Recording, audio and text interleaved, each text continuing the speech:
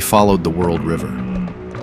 After passing through the middle world, the river of milk with sweet jelly pudding banks that had begun in Uljan's realm had turned into a river of tears and blood, saturated with the suffering of the earth. There they saw infants floating in the air, being caught by Uljan's helpers. The infants cried and struggled to break free, but they could not. What is this?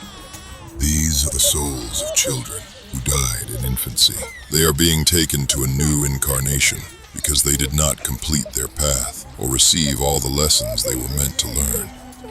Why are they trying to escape? Because they do not want to live in hell. Compared with the subtle realm, earth is hell, and the lessons here are very painful. Simply being confined to a physical body, compared with existing only as the five souls, is like being imprisoned. That is why they cry. They foresee the suffering ahead of them. A life filled with constant hardship and ignorance. But once they are placed inside the body of a newborn, they will forget everything, and they will have nothing to compare their earthly existence with. This is very wise. Otherwise, they might die of grief, or even destroy their own bodies, just to escape from them. Then how can one stop reincarnating? To do that, you must detach yourself from everything you are not.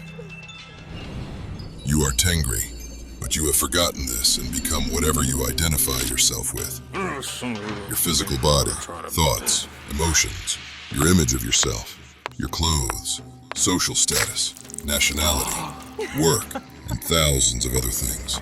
But none of these are truly you.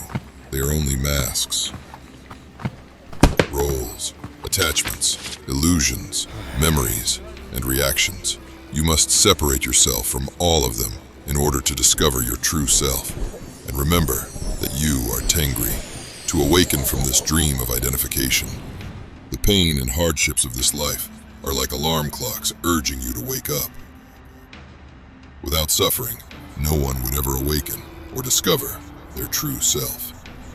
As they continued on, they reached the Chinvat Bridge, as thin as a horsehair, at the place where the river of tears flowed into the ocean of sorrow, where terrifying monsters lurked beneath the surface. The bridge led into Erlik's realm, beyond which lay the better world of the ancestors. Crowds of the dead gathered near the bridge, unable to cross it. They would fall into the fiery river and then emerge screaming from the ocean of sorrow, chased out by the monsters.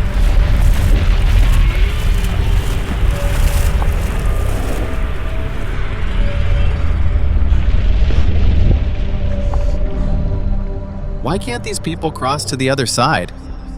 They are either great sinners whom no one wishes to help, or people who died before their natural time. Warriors. Those who drowned. Those who took their own lives. And those who died in accidents.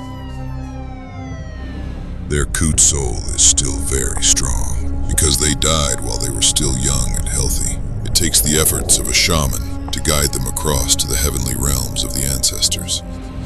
Until then, they wander the earth until their Kut is depleted. Some may even turn into ghouls that feed not on blood, but on the energy of living beings, especially humans. Shamans often had to make blood sacrifices when they could find no other way to drive away evil spirits or ghouls. Once the spirits had fed on the blood, or more precisely, the Kut energy of the sacrificed animal, they would leave the living alone. In this way, even the spirit of an incurable disease could be driven away. Could that be why people who take their own lives are buried separately from everyone else? In other traditions, this is done to discourage people from taking their own lives, but shamans have two cemeteries. The first is where people who died a natural death are buried. That is where rituals are performed to connect with the ancestors. The second is for those who died an unnatural death. Everyone fears that cemetery because there may be ghouls there that can bring harm and disease to the living. Evil people who tormented others during their lifetime and served as agents of Erlik become his servants, demons, after death, and continue to do evil. Those who lived as saints, however, become helpers of Tengri after their second death in Erlik's realm. Good people, after their second death in the world of the ancestors, go to Uljan and become his helpers until their next incarnation. Are we going to cross to the other side of the River of Tears? No, it's too soon for you. Only the most powerful shamans can go there, because once you cross over, you may never return. See those 9 maidens on the other side? Cao Xiant saw dark-skinned maidens with long black hair, dancing and twisting like snakes. They had serpentine eyes and tongues. Who are they? They are the daughters of Erlik. They tempt shamans and steal the offering a shaman is carrying to Erlik to ransom the soul of a dying person from the ruler of the lower world. They can also cast a spell on the shaman, causing him to forget the way back and remain their prisoner.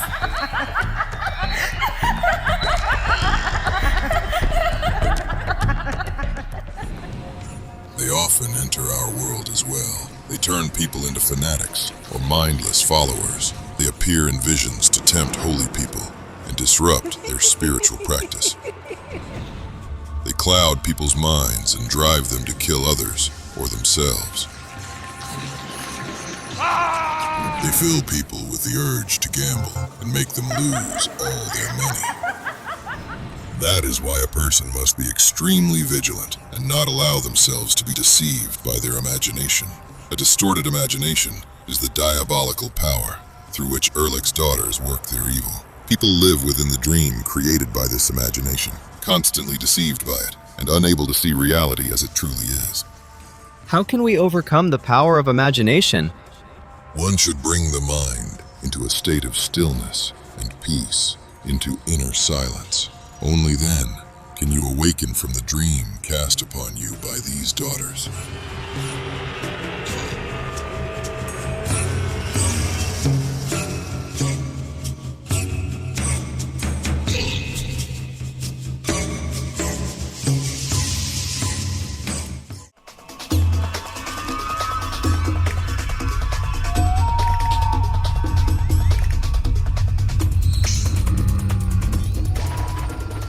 Horai Mangalam, I invite you on a journey to the origins of wisdom. In the sacred place where worlds meet, I will reveal to you the secrets of the spiritual path. Only at the key points of the year do I share the ancient power with the chosen ones. During a special ceremony, you will receive a personal initiation into the secrets of the 4 worlds, a sacred amulet that fulfills wishes like a djinn. You will be able to connect with the power of your ancestors, heal your lineage, and enrich it for many years.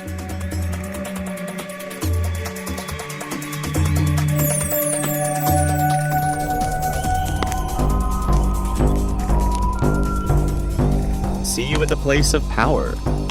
In the description of the video, you will find links on how to find the shaman's disciples in your city.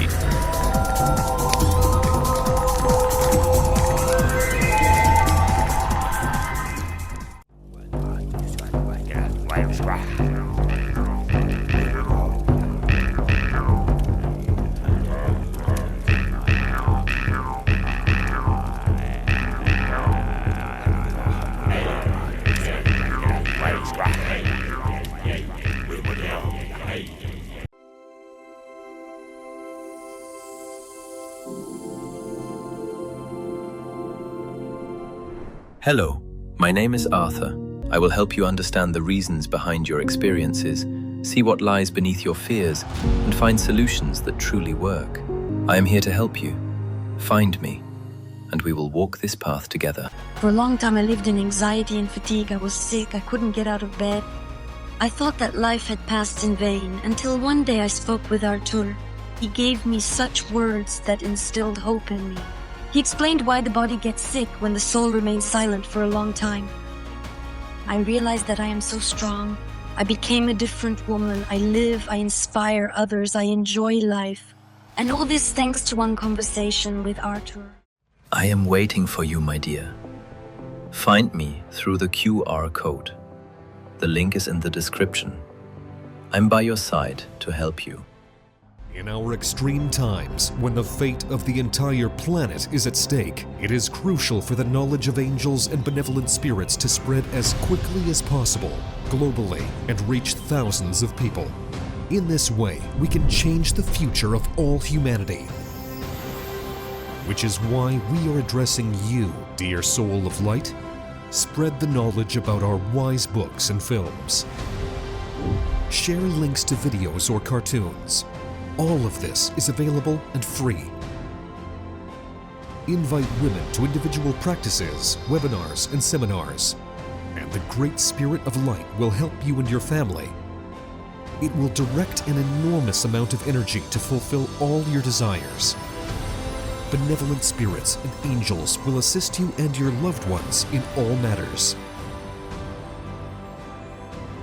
A thread of light and love extends from your heart to the hearts of thirsty women, and the creation of good and the dissemination of enlightened knowledge throughout the world begins. Become part of the mission of light. Help people, and God will help you.